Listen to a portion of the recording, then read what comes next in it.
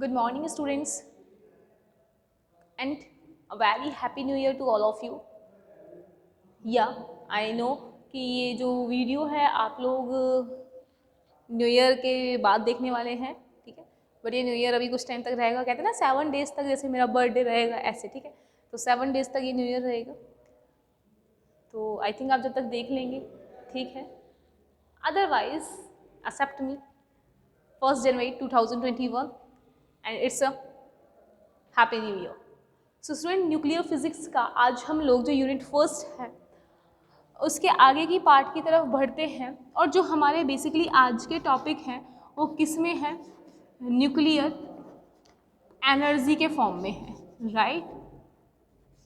Nuclear energy है आज के लिए, ठीक है। इसमें न्यूक्लियर एनर्जी क्या है ये हम समझेंगे। आज का जो टॉपिक है mass defect and nuclear mass defect and binding energy, ठीक है। Mass defect and binding energy. बच्चों, ये जो मास डिफेक्ट और बाइंडिंग एनर्जी है इसको हम लोग हिंदी में बोलते हैं द्रव्यमान क्षति और बंधन ऊर्जा।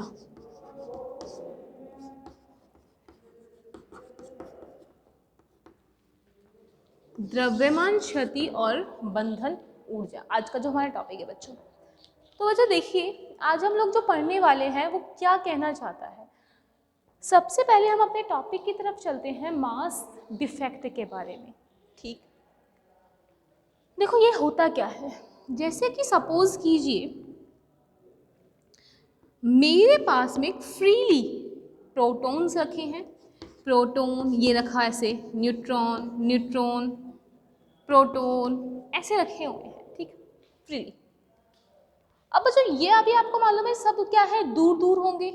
रीजन, अरे भाई इनके बीच में अट्रैक्शन ऑफ फोर्स लग रहा है, रिपल्सन ऑफ फोर्स लग रहा है, आपस में दूर दूर होंगे कुछ तरीके से। अब तुम सोचो कि कोई भी एटम जिसमें जो न्यूक्लियस होता है, राइट, कोई एटम जिसमें कोई न्यूक्लियस होता है, वहां अगर मैं इन सब को एक साथ लूं और रख दूं, पहले तो ये पॉसिबल ही बहुत रेयर केस में होता है।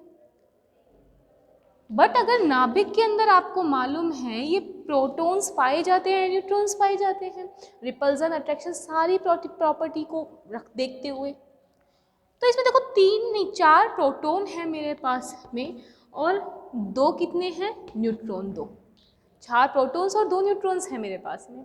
अगर ये पहले अपनी स्थित अवस्थाओं में थे, खुले हुए थे, अब मैंने इसको यहाँ रख दिया। बच्चों देखिए, जब हम इस सिचुएशन से इस सिचुएशंस में जाते हैं ना, तो आपको पता है हमारे पास से कुछ एनर्जी जो होती है वो खत्म होती है, राइट। मैंने कहा कुछ एनर्जी जाती है। जैसे सपोज करो भाई, कैसे बताऊं, देखिए इनके पास में बहुत ज़्यादा फ्रीली बहुत खुद की बहुत सारी एनर्जियाँ थी, खुद की एनर्जी थी, ठीक। मैंने क्या किया, इन सबको एक साथ कर दिया, तो इन्होंने अपनी एनर्जी को क्या कर दिया होगा, रिलीज कर दिया होगा, तभी तो ये एक साथ आए हैं। अट्रैक्शन की प्रॉपर्टी या रिपल्सन की जो एनर्जी वगैरह है उनको थोड़ा सा हटाया है अपने पास से, हमने इन पे वर्क किया, एक पोटेंशियल एनर्जी लेकर आए इन्फिनिटिव से और इसको पास पास लेकर आ गए, तो एनर्जी डिक्रीज हुई और वो एनर्जी कहाँ चली गई बच्चों, यहाँ पे, और ये क्या आ गया इस तरीके से। तो बच्चों जो द्रव्यमान क्षति है, द्रव्यमान क्षति है मतलब कि जो मास डिफेक्ट है, नाम से ही पता चल रहा है मास डिफेक्ट, मास में कमी। तो देखो ये जो इसकी एनर्जी में कमी हुई, वो किसके फॉर्म में होती है बच्चों? द्रव्यमान के फॉर्म में होती है, मास के फॉर्म में होती है। तो हम कह सकते हैं जब भी ये इस फॉर्म से इस फॉर्म में किसी को भी इस तरीके से बांध के रख दिया जाए तो वहाँ से एक एनर्जी निकल जाती है जो कि उसके एनर्जी जो होती है मास की रूप में होती है, मास के फॉर्म में होती है। तो हम कह सकते हैं कि जो ये इनका ओरिजिनल मास है वो ज़्यादा है कंपेयर टू दिस। तो मैं ये कह सकती हूँ क्या? देखो ज़रा बताइए, अगर मैंने इसका एक मास मान लिया कैपिटल M, कोई दिक्कत नहीं है, मैंने अपने मन से कैपिटल M बोल दिया, चलो इसको ये और बोल देती हूँ न्यूक्लियर, ठीक है? तो इसको बोल दिया कैपिटल M, ठीक, कैपिटल N से न्यूक्लियर। इसके लिए टोटल मास देखूं तो वो कितना होगा? यहाँ पे प्रोटॉन कितने हैं, उनके मास ऑफ प्रोटॉन प्लस में मास ऑफ न्यूट्रॉन, यही होगा ना? अब यहाँ पे साथ में कितने प्रोटॉन्स हैं? Z प्रोटॉन्स हैं प्लस मास ऑफ न्यूट्रॉन के लिए क्या लेते हैं अपन लोग? A minus ZM। देखो अब ये बात बताएंगे नहीं आप लोगों को, ये सब चीज़ मैं पहले बता चुकी हूँ कि जो बेटा मास ऑफ प्रोटॉन है, कितने नंबर हैं, वो प्रोटॉन की संख्या को मल्टीप्लाई कर दो, या मास ऑफ न्यूट्रॉन के लिए A माइनस जेड, मतलब कि टोटल परमाणु क्रमांक माइनस में प्रोटॉन का नंबर माइनस करोगे तो न्यूट्रॉन की संख्या आएगी, उसको मास कर दो न्यूट्रॉन से मल्टीप्लाई। तो बच्चों आपको पता चलेगा कि ये जो वैल्यू है ना, ये वो कैसी है? मैक्सिमम है। ये जो वैल्यू है वो कैसी है? मैक्सिमम है कंपेयर टू दिस। तो इसको मैं क्या लिख सकती हूँ? देखो, क्या मैं इसको ऐसे लिख दूं फिर यहां से ZMP plus A minus ZMN, ये वाली ज़्यादा है माइनस ये वाली कम वैल्यू है मास ऑफ न्यूक्लियस। तो बच्चों ये एक कुछ ना कुछ हम लोगों को क्या देगी? एक वैल्यू देगी, ठीक है? उस ही बात को हम क्या बोलते हैं? डेल M या फिर द्रव्यमान क्षति। देखो मैं वापस बताती हूँ कि जब हमारे मास ऑफ ये मतलब न्यूट्रॉन प्रोटॉन इसी तरीके से स्थिर अवस्था में रहते हैं, खुली हुई अवस्था में रहते हैं, जब हम इसको इस तरीके से पास लेकर आते हैं तो इनकी ऊर्जा में कुछ कमी होती है। जो ऊर्जा में परिवर्तन होता है, ऊर्जा में उसकी एनर्जी में चेंज होता है, वो मास के फॉर्म के रूप में होता है। तो इन दोनों का अगर मैं एक अंतर देखती हूँ, जब ये ज़्यादा है ये कम है, तो दोनों का कुछ ना कुछ अंतर आएगा। तो वो अंतर क्या है, वो डिफरेंस क्या है? उसी को ही हम लोग बोलते हैं स्टूडेंट्स द्रव्यमान क्षति। इसको क्या बोलेंगे हम लोग? द्रव्यमान क्षति। क्लियर हो गई बात यहां तक की? तो देखिए आगे लिखिए हम। तो एक बार आप इसमें टॉपिक डालिए इसमें। अच्छा एक बात और सुन लो, द्रव्यमान क्षति तो हमारा हो चुका है, मैं इसकी भी एक बार बात आपसे कर ही लेती हूँ। पहले मैं आपको द्रव्यमान क्षति लिखवा रही थी, बट मेरे को लगा एक बार आप उसमें कंफ्यूज हो जाएंगे नहीं तो। बच्चों ये डेल ई, ठीक, अगर हम इसकी बात करें तो ये क्या है? रिलीज एनर्जी है, मतलब कि कितनी एनर्जी को क्या किया इन्होंने? रिलीज कर दिया। कितना रिलीज कर दिया एनर्जी को? बच्चों इसी रिलीज एनर्जी को ही बाइंडिंग एनर्जी या फिर बंधन ऊर्जा कहते हैं। क्या बोलते हैं इसको? बाइंडिंग एनर्जी बोलते हैं, या फिर इसे क्या बोलेंगे बच्चों? बंधन ऊर्जा बोलते हैं, ठीक है? तो मैंने कहा ये जो एनर्जी रिलीज हुई है उसे ही बाइंडिंग एनर्जी, मतलब बाइंडिंग का मतलब क्या? बाइंडिंग का मतलब उसको बांधे रखना है, ठीक है? ये जो ऊर्जा है अगर इसको वापस दे दी जाए, राइट, तो हमें ये वाली फॉर्म मिल जाएगी। समझ रहे हैं आप? बाइंडिंग एनर्जी क्या हुई? बेसिकली ये निकल गई इसके अंदर से, बांधे रखने वाली ऊर्जा ये है। जो रिलीज एनर्जी हुई है उसे ही हम बोलते हैं बंधन ऊर्जा, ठीक है? तो यहाँ से हम लिखना स्टार्ट करते हैं। सबसे पहले बंधन ऊर्जा की बाद में बात करेंगे, अभी सिर्फ हम मास डिफेक्ट की बात कर रहे हैं। तो आप लोग अपनी कॉपी में एक हेडिंग डालिए, mass defect and binding energy. Mass defect and binding energy. बच्चों इसमें लिखना स्टार्ट कीजिए। एक बार मैं हिंदी वाले में बता रही हूँ कि जिनको लिखना है, फिर इंग्लिश का देखते हैं हम लोग, ठीक है। तो इसमें लिखिए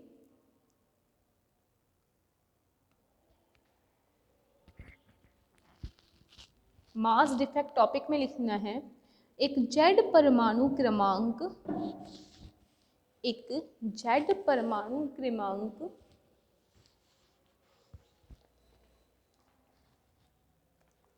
एक जेड परमाणु क्रमांक और ए द्रव्यमान संख्या वाले नाभिक का द्रव्यमान, एक जेड परमाणु क्रमांक और ए संख्या वाले नाभिक का द्रव्यमान, द्रव्यमान के बाद लिखना एम ए कोमा जेड, मतलब जिसका परमाणु क्रमांक इतना है और द्रव्यमान संख्या इतनी है, ठीक है। एम ए कोमा जेड का मान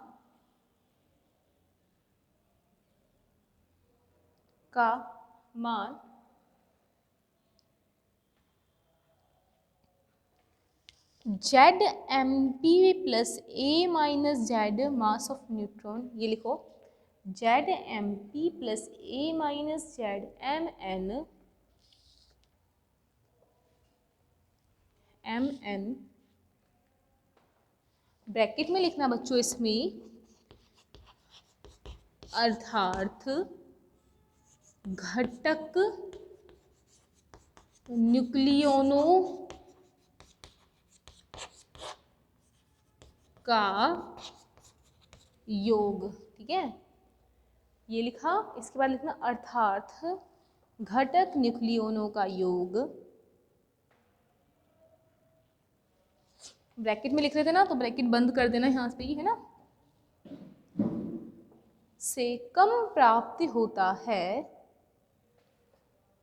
से कम प्राप्त होता है, इसे ही द्रव्यमान क्षति कहते हैं, इसे ही द्रव्यमान क्षति कहते हैं।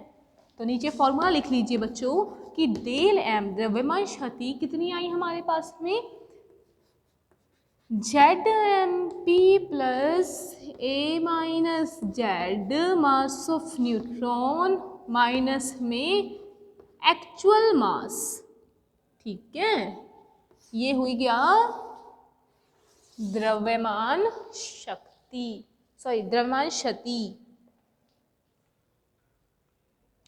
मैं एक बार अगेन बोल रही हूँ, रिपीट कर रही हूँ, इसको लिखना, एक जेड परमाणु क्रमांक और ए द्रव्यमान संख्या वाले नाभिक का द्रव्यमान एम ए कोमा जेड का मान Z M P plus A minus Z M N, अर्थात घटक न्यूक्लियोनों के द्रव्यमान के योग से कम प्राप्त होता है, इस कमी को द्रव्यमान क्षति कहते हैं, इस कमी को द्रव्यमान क्षति कहते हैं। और उसके बाद ये फॉर्मूला लिख लो जो हमने लिखा है, ये रहा, del m is equals to Z M P plus A minus Z M N minus में एम ऑफ ए जेड, ठीक है। इसे कंप्लीटली लिखिए, देन हम आगे बात करते हैं।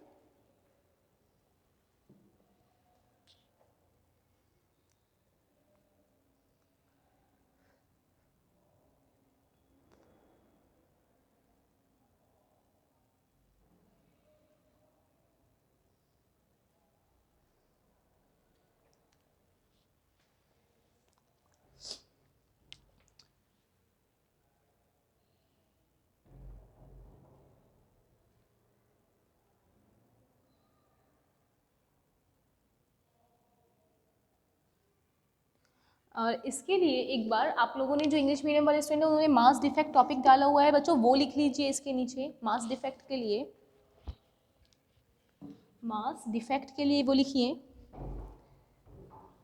Mass defect, mass defect is the difference between mass defect is the difference between mass defect is the difference between the predicted mass and actual mass of an atom. The predicted mass and actual mass of an atom. Again repeat कर रहे हैं, mass defect is the difference between the predicted mass and the actual mass of an atom. यहाँ तक complete हुआ आप लोगों को?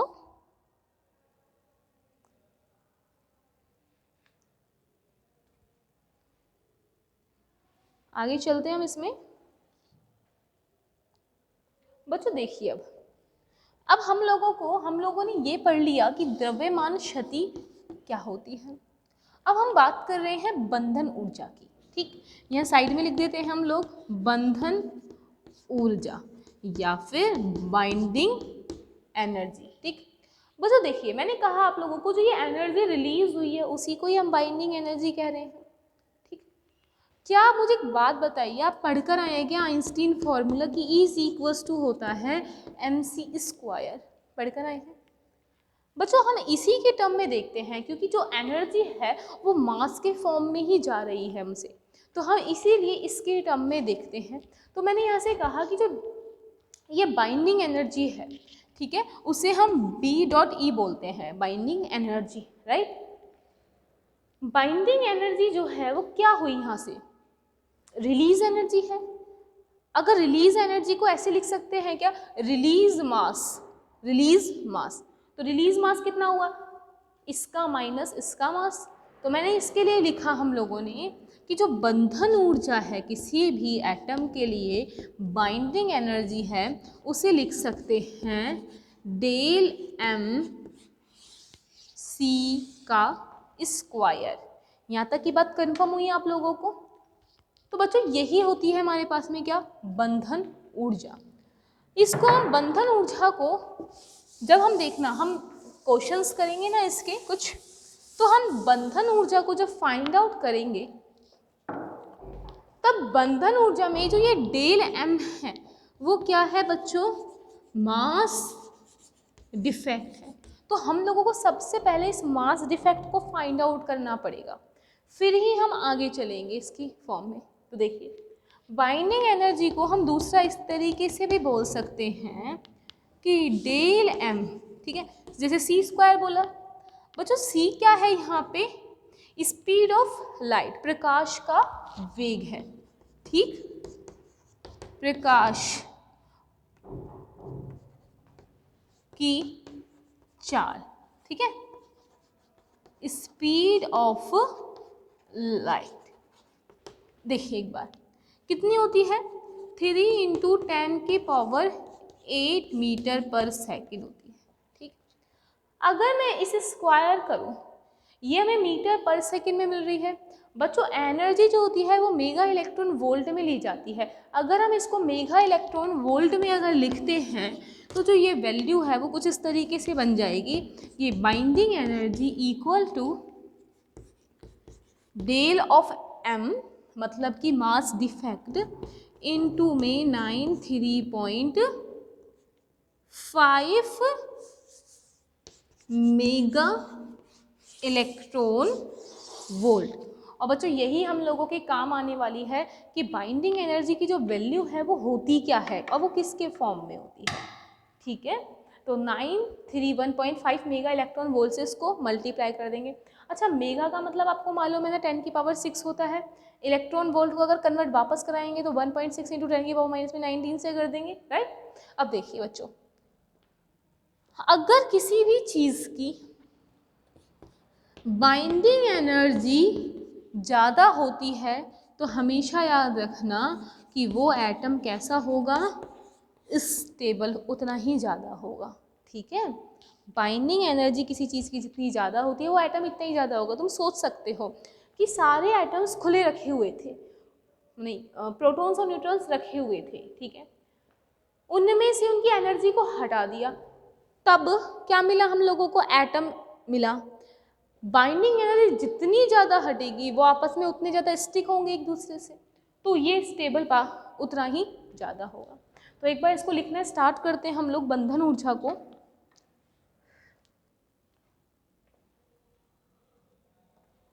तो बंधन ऊर्जा के लिए आप लोग टॉपिक डालिए बंधन ऊर्जा, बाइंडिंग एनर्जी। ठीक है, तो इसमें लिखते हैं हम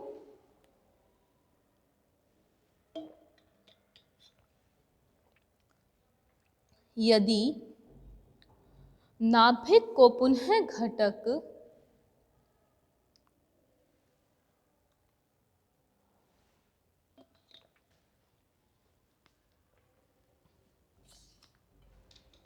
यदि नाभिक को पुनः घटक न्यूक्लियोनों में विभक्त कर, यदि नाभिकों को पुनः घटक कर न्यूक्लियोनों में विभक्त कर, कोमा कोमा लगाना बच्चों इसमें, विभक्त कर घटकों को अनंत पर ले जाना हो, घटकों को अनंत पर ले जाना हो, तब इस द्रव्यमान क्षति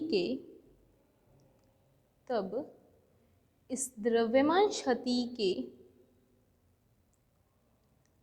तुल्य ऊर्जा, तब इस द्रव्यमान क्षति के तुल्य ऊर्जा नाभिक को बाहर से देनी पड़ेगी,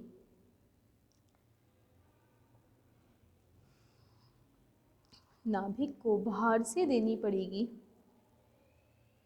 इसी ऊर्जा को बंधन ऊर्जा भी कहते हैं, इसी ऊर्जा को बंधन ऊर्जा भी कहते हैं। इसमें लिख लीजिए बच्चों आप इस तरीके से कि जो बंधन ऊर्जा है, अब इसमें लिखिए E is equals to mc², तो मत लिखिए सीधा, ये तो समझाने के लिए था। ठीक है,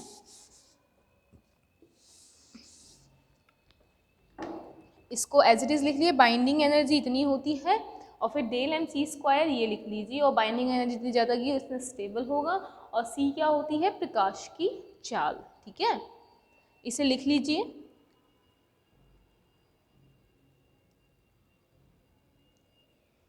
बाकी जो इंग्लिश मीडियम वाले स्टूडेंट हैं वो इसमें डेफिनेशन में लिखिए न्यूक्लियर बाइंडिंग एनर्जी,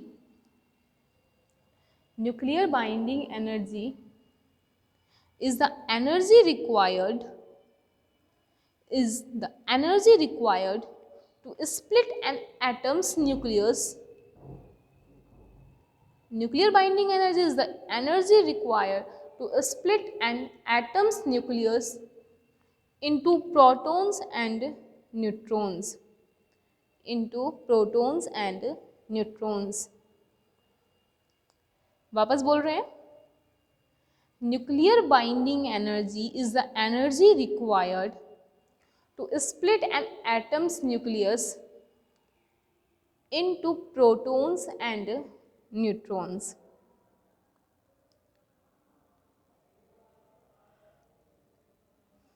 और उसके बाद आप भी लोग इस तरीके से लिख लीजिए कि binding energy is equals to del mc² mass defect into ये, और इसको लिख लीजिए आप भी। ठीक है, इसे राइट डाउन कीजिए।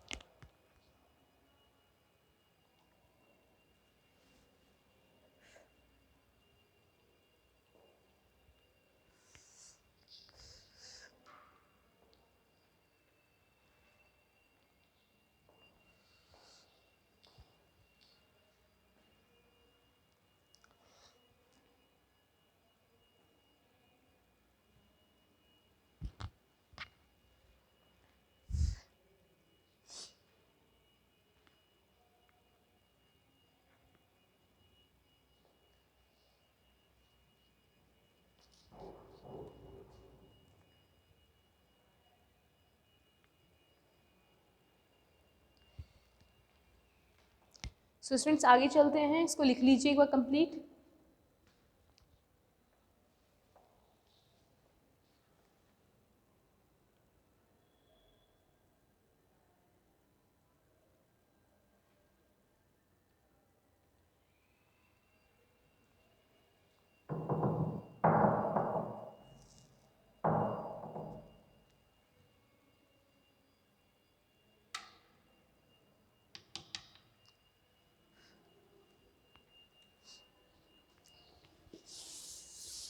तो देखिए एक बार स्टूडेंट, इसको हम इस तरीके से लिख सकते हैं दूसरे एक फॉर्म में, जो आपको क्वेश्चंस करने में इजी देगा। देखो कि बाइंडिंग एनर्जी क्या था अभी हमारे पास में, डेल एम सी स्क्वायर। देखिए डेल एम की वैल्यू ये लिखी हुई है ऊपर, अगर हम इसको मास डिफेक्ट की वैल्यू को लिख देते हैं तो ये क्या आएगा बच्चों, जेड एम पी प्लस में A minus Z M N, ठीक, जेड एम पी प्लस में A minus Z M N minus of mass मतलब एक्चुअल मास इनटू किससे मल्टीप्लाई कर दूँ इसको भाइयों, सी स्क्वायर से, ठीक है। और अब आपको मालूम है सी स्क्वायर को हम लोग मेगा इलेक्ट्रॉन वोल्ट में भी लिख सकते हैं, तो बाइंडिंग एनर्जी फिर इस फॉर्म में आएगी कि Z mass of proton M N minus में M A Z 931.5 mega electron volt, right. तो बच्चों ये जो है ना, इसका ये वाला जो टर्म है ये सबसे ज़्यादा यूज़ में लिया जाता है, ठीक है। तो इसको एक बार लिख लीजिए आप लोग कंप्लीटली।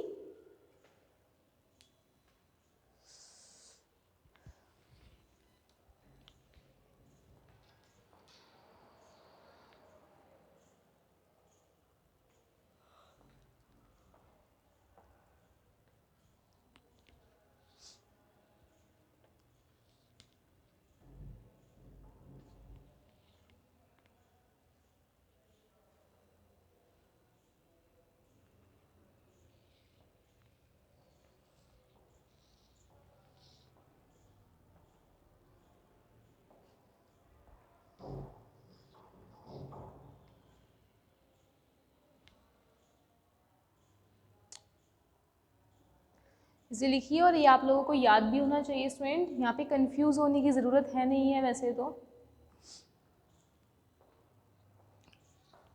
अगर आप लोग जानना चाहते हो तो देख भी लीजिए वापस भी कि जेड क्या होता था हमारे पास में, प्रोटॉन्स की संख्या, मास ऑफ प्रोटॉन कितने क्या है, एम पी क्या है, मास ऑफ प्रोटॉन, प्रोटॉन का द्रव्यमान है। ए माइनस जेड मतलब क्या होता है, अगर टोटल परमाणु द्रव्यमान से आप लोग प्रोटॉन की संख्या हटाएंगे तो क्या बचेगा हमारे पास में, न्यूट्रॉन का। तो ये क्या है, न्यूट्रॉन की संख्या M N, mass of neutron minus में actual mass, right. Actual mass नहीं, एक्चुअल तो ये है, ये क्या है, प्रेडिक्टेड मास, ठीक है, इनटू में सी का स्क्वायर, सी क्या है, वेलोसिटी ऑफ लाइट, ठीक है। तो इसको लिखिए,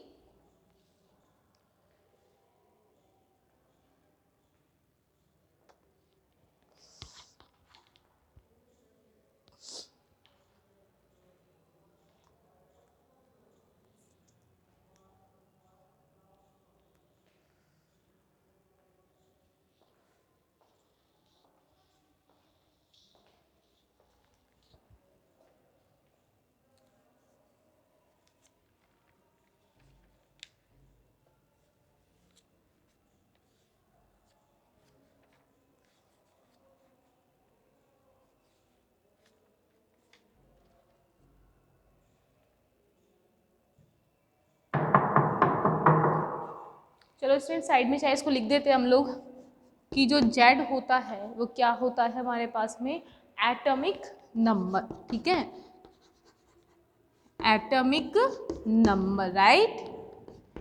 ए क्या होता था हमारे पास में स्टूडेंट, परमाणु, एटॉमिक नंबर के बाद में ये आएगा किसका, मास नंबर।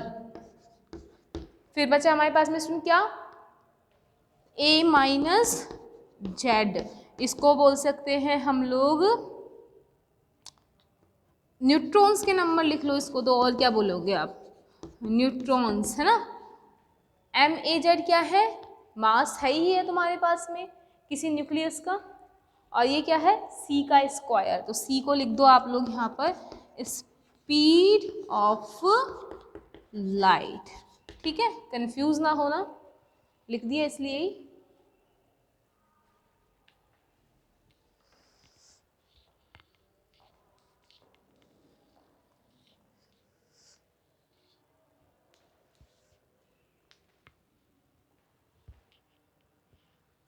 तो इसको लिख लीजिए एक बार आप लोग अच्छे से।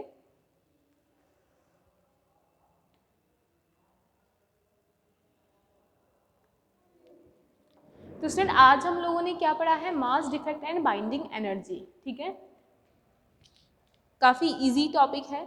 हाँ, इसमें से क्वेश्चंस बन जाते हैं हमारे पास में मास बाइंडिंग एनर्जी से, क्योंकि इसमें मास डिफेक्ट भी आ जाएगा और एनर्जी भी आ जाएगी, इसलिए तो हम इसके क्वेश्चंस नेक्स्ट लेक्चर में करते हैं।